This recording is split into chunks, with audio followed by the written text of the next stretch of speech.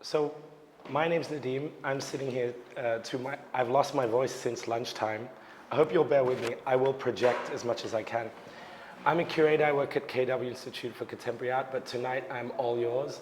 And I'm happy to be here with Samson Kambalu, a wonderful artist who, as we're hearing from Claes and Samson, this is his first solo show here in Berlin.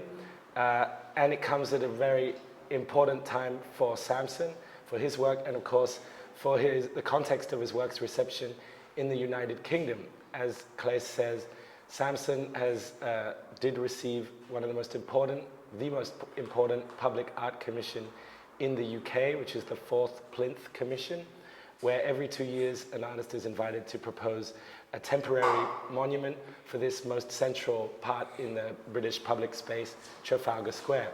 We'll hear more about that, the sculpture that he's created, and you can see a maquette of it in the room behind us called Antelope. But of course, this sculpture, which is dealing with Britain's colonial history, Samson's own relationship to that colonial history, and of course his attempt to overturn some of the logics of that colonial baggage.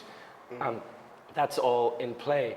But of course, the Queen Elizabeth II died yesterday, and so that means that this commission, which was due to open next week, is of course delayed, at least due to national mourning. So Samson finds himself, I think, in a very strange time, in a hot seat. And so we're lucky to have him here, and perhaps he can open up on that. But I suppose this is a good way to lead in, and I would ask a very almost basic question, but I think it goes to your performative interests. Samson Kambalu, who are you? Good question.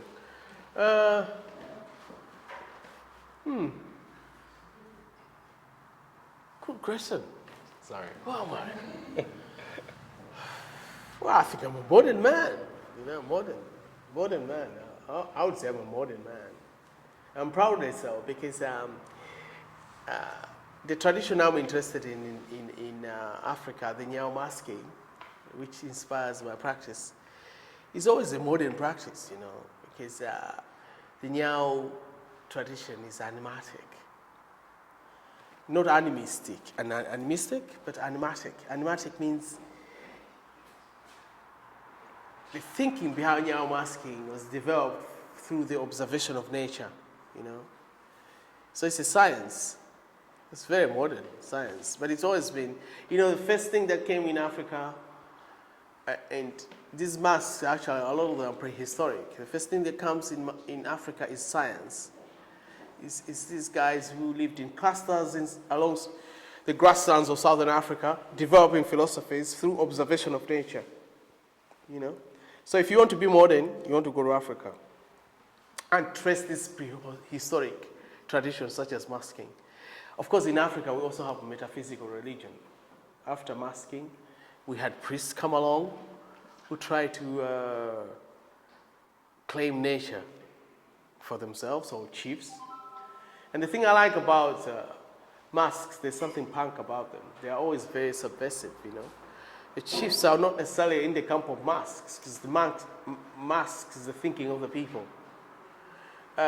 Masks is when the human is as they are, So it's always the chiefs in Africa have to negotiate with masks. And I've always been interested in their pursuit of sovereignty. Let's say as opposed to power. As an artist, I've always been more interested. And this is the sovereignty that is always in loggerheads with the pursuit of power that the chiefs have. So I think it's something modern about that. The desire to preserve your sovereignty is a modern problem. So I learned from my bringing in Africa how to deal with issues that face me as a modern person. There's a lot to be learned in masking traditions, in methods you can deploy to sustain your sovereignty against things deployed against you. Because as a modern person, I'm always faced with these things. You face with control, you're first with capital, you're first. And in masking, you can negotiate your way through the world. I think I'm here sitting with you through the wisdom of these things. You know, I've made my way all the way to become an Oxford professor through stuff I learned through Nyao masking and how to find your way through structures of power, barriers, and yeah, I think it's working for me. Stuff I'm doing here, all of it, is not just an intellectual exercise. It's what I need to find my way, especially as a cosmopolitan African living in Europe. Yeah, so let's let's just bring it back a little bit or slow it down a little bit.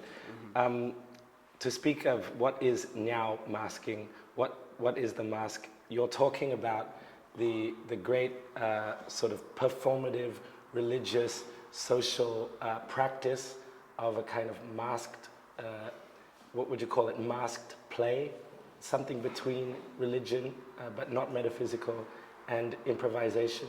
Could we call it that? This is the masked play of the Chiwa people. Tell us a little bit about what that is. And please tell us, because I think you take this tradition and you bring it together with the Western avant-gardes that you have encountered through your own studies and so on. So tell us about that tradition and how it meets, you know, modern art history for you. I mean, you could go to religion, but for me, I would rather, you know, if you want to, but it's a very negative, you know, it's based around negativity. This is the labor of the negative. Okay.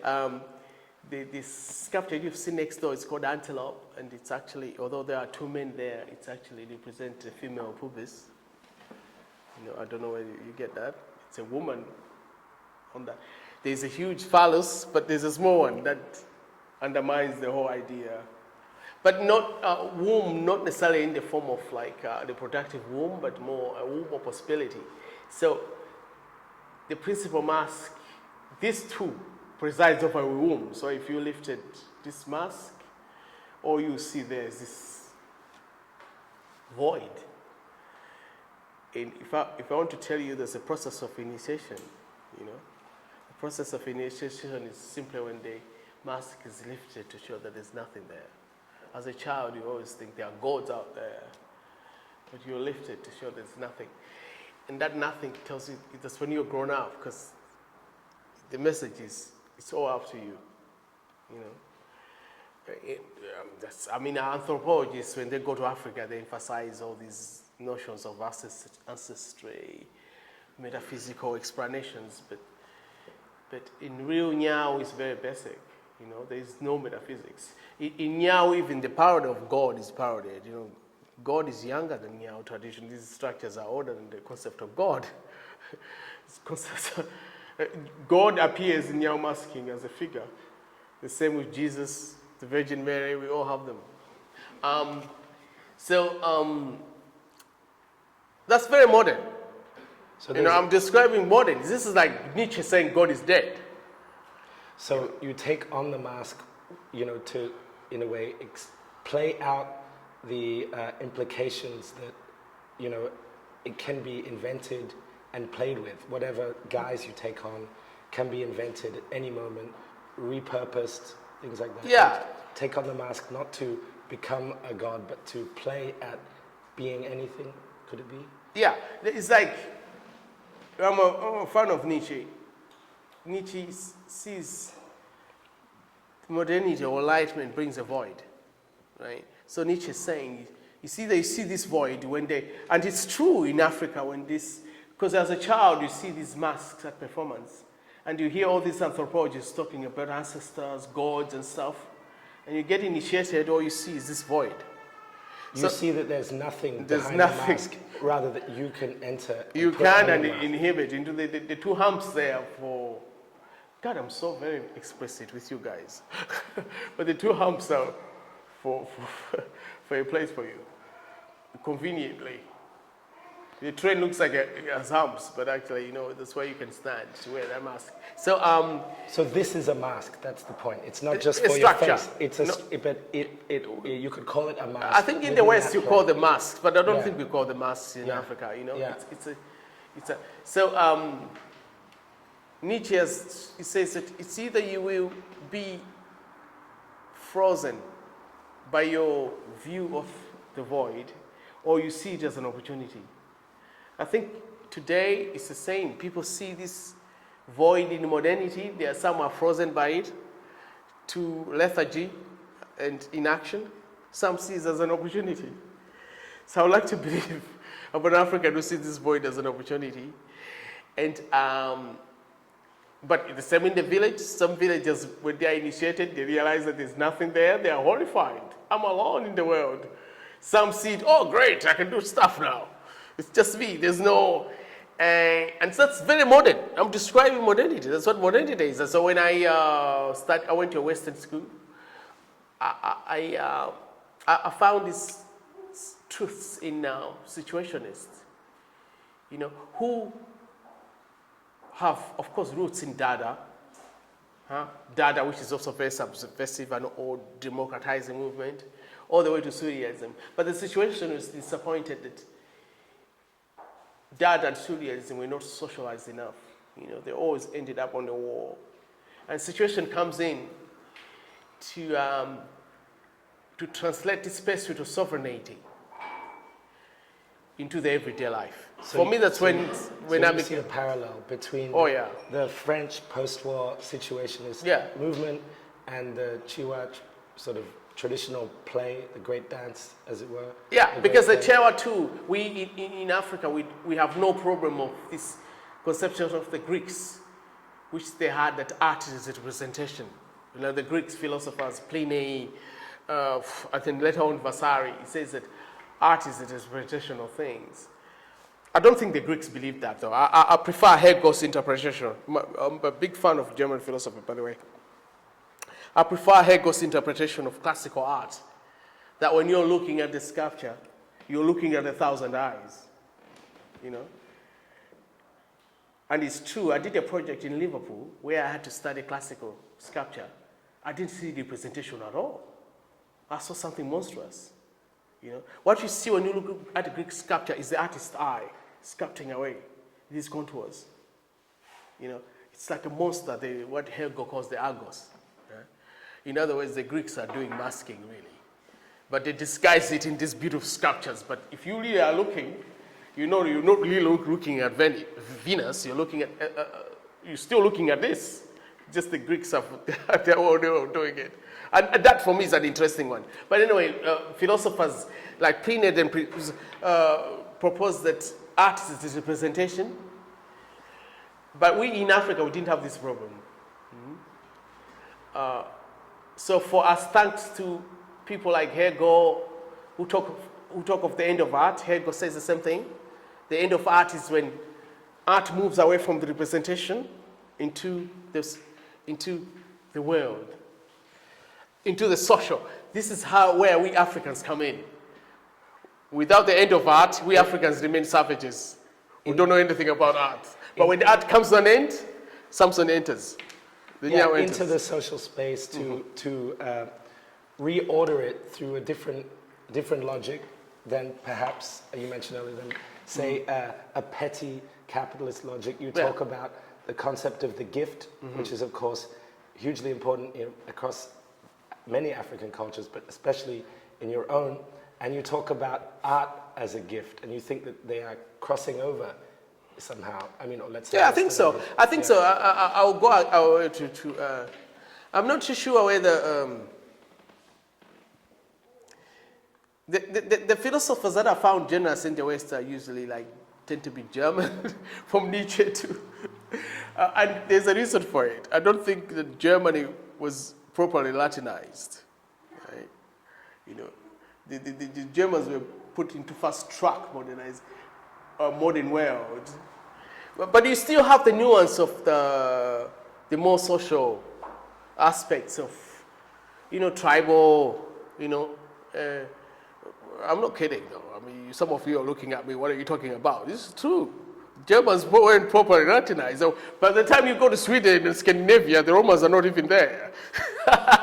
So the Swedes don't have this problem. So for me, I like to travel in Switzerland, I like to travel in Germany, I like to travel in Scandinavia. I feel very African there. I do like to disappear in Swiss mountains. With the nuances, I like to more communal aspects. And this is aspects of the gift economy that linger.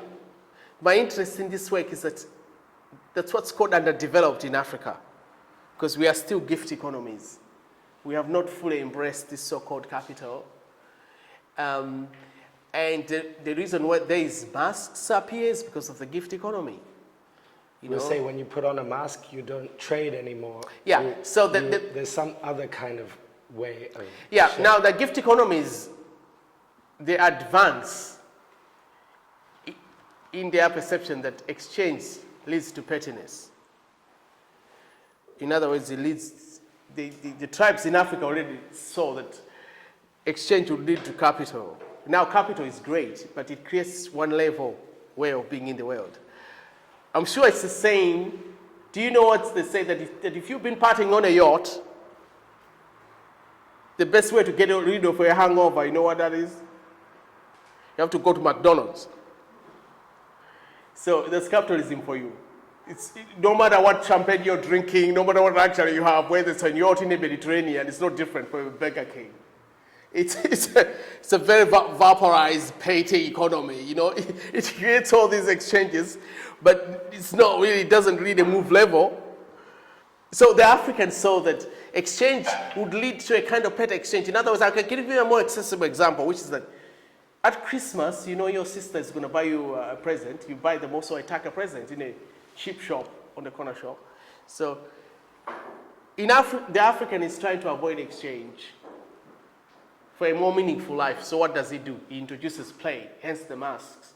The plays come out to influence play. I mean, this is the notion of Nietzsche, actually, in the Spoksa-Susa. In the Spoksa-Susa, Nietzsche is struggling in how he can give his message without inspiring petty exchange. So Nietzsche adopts this playful, combative methods with his readers. He's always insulting you, he's always doing this and stuff to avoid developing this petty. Nietzsche is trying to tell you, don't think you know what I'm saying, you know? Don't think you know what I'm doing. The Africans do it by introducing the mask. When the masks come out, people are more playful. And when people are more playful, they give indifferently. I'll give you an example. We can drink crisis wine here. I don't think anybody will be queuing up to sign up to pay him back, right? But if we break up and go to pub, and we start buying each other drink, we start counting. It's your turn to buy a round. It's your turn to buy a round. We are back in the exchange. So that's why in Africa we believe in creativity as a way of kind of doing away with the exchange to get people giving indifferently on a higher level, on a more meaningful level. Sorry. I don't know whether what I'm saying is making sense. It's very complex. But now this noise of the foot on the wood, yeah, that's a gift for the conversation. Because we have here a sculpture. Yeah. You said it when we spoke earlier. It's a bull, it's a cow, and it's also a capitalist bull contra the antelope. Yeah, which is a gift. Which is a gift, but more precisely the antelope mask or costume or play within the great play of the Chiwa people is also the great mother, is the ursprung, no? Somehow. Yeah. And so you've told me that there is a kind of tension or kind of a polarity between the sculpture back there and the sculpture here. So what is this, and why are people tripping over it? But first, a joke. First, a joke. Because everyone says, what is sculpture? It's what you bump into when you're backing up to look at a painting. I like that. Who said that? Everyone. Oh, really? Yeah. It's like, what do you call what's the name for a bassist? It's someone who hangs out with the band. Why are we tripping over the sculpture? Well, I wanted to bring structure. I thought I have to pass these structures on to the world. I'm coming in from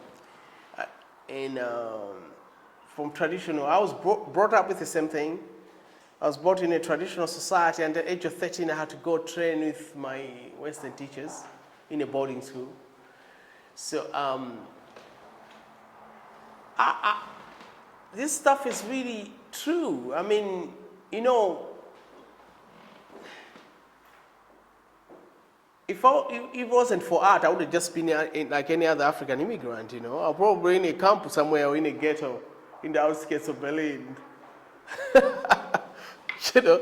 So for me, I'm now I'm an Oxford professor, which is the most pretentious job you can get in the UK. Nothing beats that. Even if I told the Queen that I'm an Oxford professor, she'll be like, and it's a nyao. So what I'm trying to tell you, my methods work. Without this, I wouldn't have been able to negotiate the very tight, westernized. It's very tight. The West is tight, man.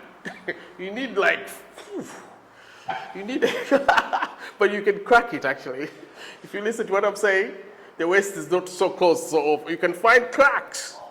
And that's what Nyao is about. Nyao is about finding the cracks where the chief have all closed up.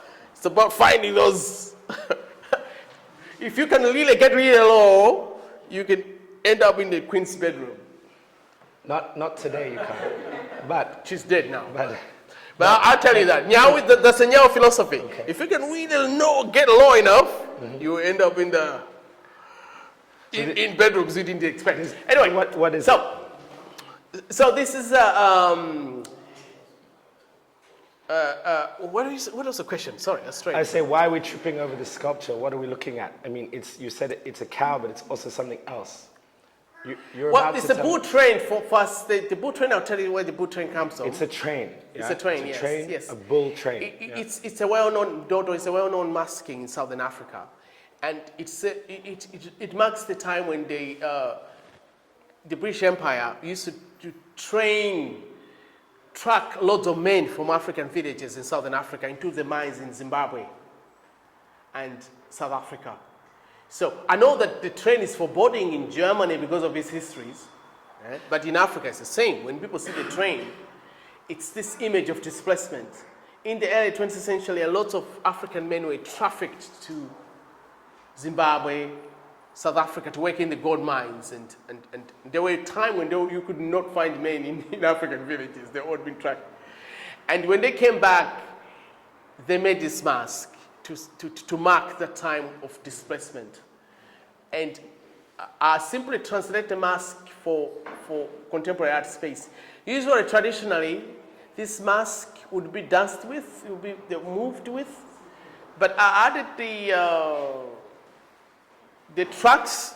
That's the contemporary side of this mask, which is to allow you to jump and negotiate space in the gallery, determined by this. The bull, of course, as in the stock market, represents capital, like profit, so. But I think that's what I animated at. I mean, if you see my films have brutal cuts, those cuts are determined by aspects of economics. What's happening to the economy is what animates my films. What's happening to history. For instance, I make this history in America, where I'm slashing. The history is in America. They animate my films. I made that in Bayreuth, from the back. My relationship, it's all about when I'm moving around, I'm an animated aspects of my identity as an African in a particular space, but also, economic influences. So it's an exception for the displacement celebrated by this mask. The displacement that started in Africa with this train still happens with me. I'm a displaced African cosmopolitan traveling the world. And this is how I cope with it. And when I started making these films, I didn't make them actually necessarily for art. These were like letters to my sisters. I used to put them on Facebook, I still do. Instead of just putting boring photographs, I thought I would do something creative. And they were on Facebook for 3 years before a curator discovered them on there and gave me a show in a gallery. And they really helped me, because before I started making the masks, I would get lost. I would travel to Switzerland, and the thing I had to do is go to a museum. I was always taking in, never giving back. But when I started making the films, if I'm in Berlin, it's always a give and take. It's my tally with Berlin, rather than me just going to another Berlin museum, reading about German history, and then flying back to UK, which is just totally alienating. For now, it's nice, because in that, if I travel to a place, I can make a film and own that place. Finally, that garden in Bayreuth with Wagner nearby becomes my garden. You know, sir. And there's rules for this cinema, or rather, you have developed what you're calling a set of rules for a kind of Nyao cinema. Yeah? Maybe you could explain some of the principles that you have, as it were, understood through making these films. What are they? What's important? The importance is stretches back. For me, I like the situationist emphasis on everyday life. Do you know nowadays I make a lot of films, I don't even edit them, you know? Because the films is how I make friends. A lot of these films have been filmed by my wife, but a lot of them have also been filmed by strangers, like that one in Yosemite, or like in Bayreuth. I usually go to a place, and I wait until I find somebody to film me, and I do this. They're psychogeographical, meaning that I'm looking for found film sets. And when I find a film where I see a ghost, I embody it. I see these things, these people in my mind first, then I embody that. This ghost of modernity, displaced ghost of modernity. And, but usually, because the performance is strange, almost every time when a stranger is filming me, they want to stay in touch with me. They say, what are you doing? You know? Post these films on Facebook. Okay. You have a name on Facebook? I'll follow you. Or on YouTube. I've made lots of friends around the world that way. So you see, art makes connection. It's the same. The African has to make the masks to connect. I have to use art to find my place in Europe. Without these films, I wouldn't be here with you guys. So art really works. And when I'm filming over the street, I have made lots of friends on Facebook, on YouTube, who simply are filming me on the street, and they're curious. I want to know what you're going to do with this footage. And they follow me up. Yet, if I didn't have the film, if I just approached any random German on the street and say, hey, hello, they would say, why do you want to speak to me? You know, you see, art connects people. The same in the African village. If you didn't bring out the masks, adults are never going to play. Children can, because they're already in the zone. Adults need play to let go of their world of necessity, to reconceive themselves as part of a large scheme of things and begin to connect. So, yeah, that's So, before we open it up and move on, we just want to talk a little bit about the sculpture. In the back, the maquette. I'm losing my voice, it's terrible. Why didn't you just tell everyone? We had this talk in the morning. Tell everyone about the I was surprised by that. You want to talk for hours? I think we spoke for hours. We even went for lunch. So I was worried that you've already said everything. Tell me all about it before I can't speak anymore. What are we looking at in the back? Explain. This is the fourth plinth. The Queen is dead. Okay. Will it happen? You know, will it? You know, will it? It will happen. I was speaking to the mayor of Kacha, and she told me that that's going to happen. We just have to wait it out. We need 9 days of mourning, and they'll go up. The Queen has a place, but it's not Trafalgar Square. She has a place somewhere else. She told me. I can't remember where that is. What? So it will go up. Who is on the sculpture? Let's be very remedial here. So the person who is on the sculpture is a hero of mine, is John Chilembwe. The reason I write him is that he was the first Malawian I know, the first African from where I come from, to begin to translate these traditional structures into modern. You know, I'm sure you are aware of African photography. African photography has always been great. I'm not too sure about African painting, but photography did well in Africa because of its tendency to inspire performance. You know, you can transform yourself in a photograph. You know, I like in these films, I'm a different character every time. And it's equivalent to wearing a mask, you know. Africans were quick to pick up to film when I was growing up, because they could see that it served the same effect as wearing a mask.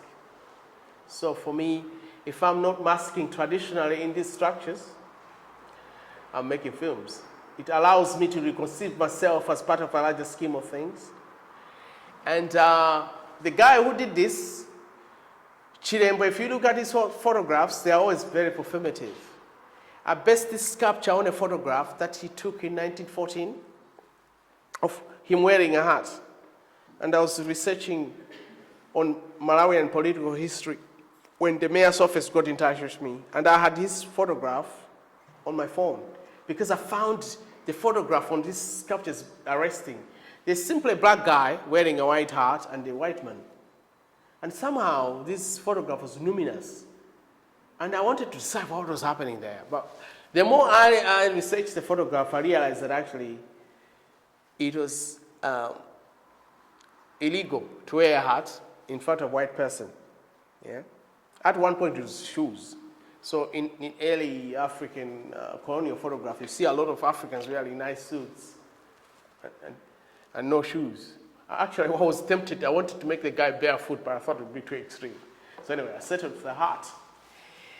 And in Malawi, if you pass the white person in the hat, you're supposed to take it off and travel about 500 meters.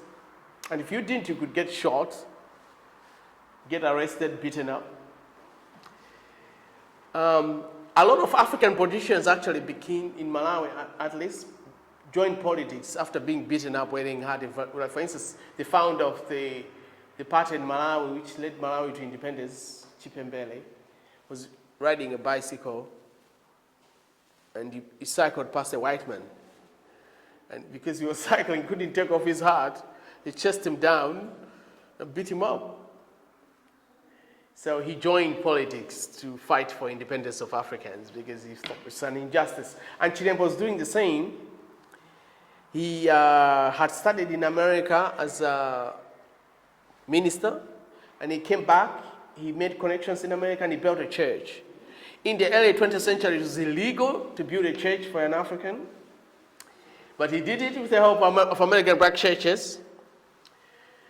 When at the opening of that church, he wore a hat next to a white man who supported his cause. Not all white people thought this policy was just. Some white people were opposing it, and including the white guy, John Chorley, an English missionary sitting next to him. So he supported him. Oh, I'm a white guy, I'm going to wear a hat next to you. And he made this photograph and distributed it amongst his friends, the followers. And of course, months later, he was killed. He was killed in a revolution, which is, so that's what I found out. Me, growing up in Malawi, I didn't know, as a youth, I didn't know that wearing a hat before a white person is such a big deal. But I used to wonder why so many Africans insisted on wearing a hat. What I used to annoy white people was that an African doesn't need a hat. The white people used to say, oh, I need a hat for the sun, man. You don't need a hat. So in a way, he had a point. Because so the hat becomes a symbol of sovereignty. Wearing hats was something from the 40s in Europe or from Australia. Ah, really? Oh, there you go. So everybody, but in Africa, he was killed, and do you know, but that didn't still explain why I found this photograph arresting, but I discovered the guy was wearing his hat this way,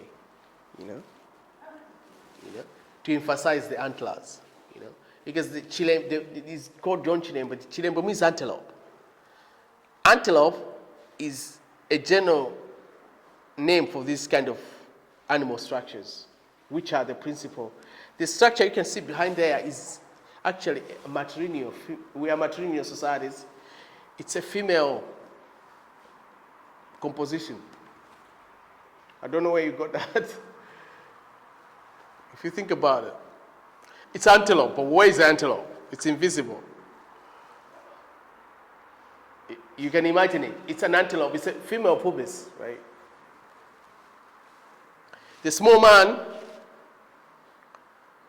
is, and the big man, you got it? No, it's a female upside down, making love to sky goddess, right? The big man is a vagina. The small one is a backside, right? What do we call the ass? Or sorry if I can call it. Sorry. I just want to, I've been generous tonight. It's explicit. But for me, what interests me is the small man behind.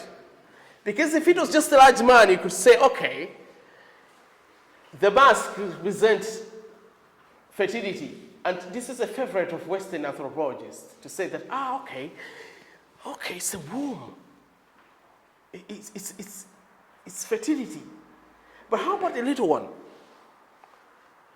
You know, the phallus might represent power, but what if you put another phallus, little one, next to the...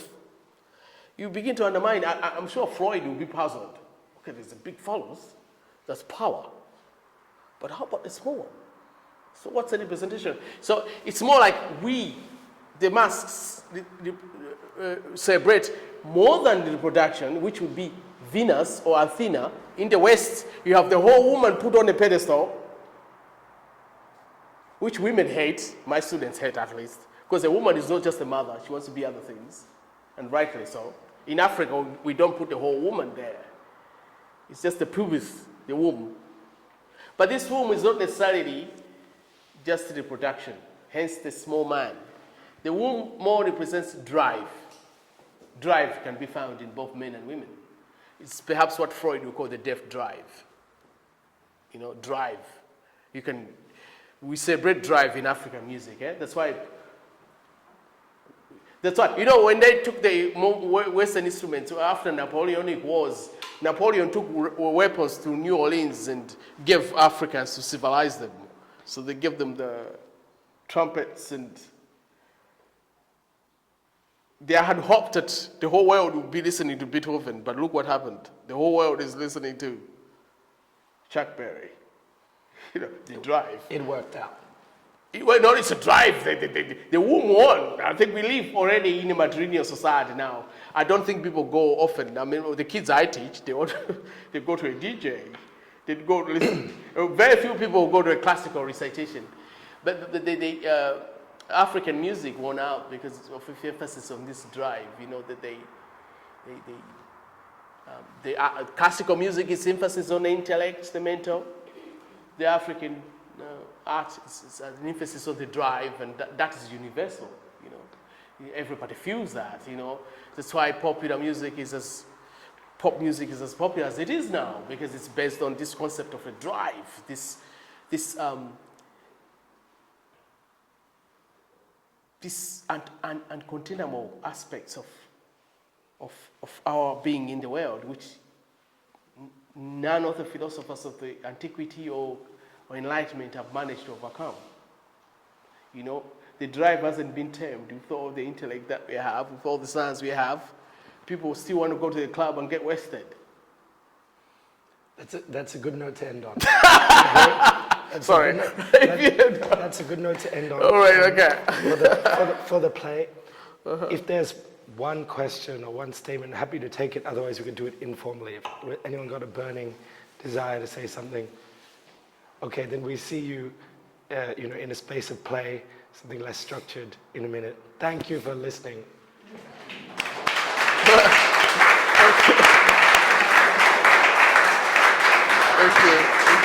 Thank you so much.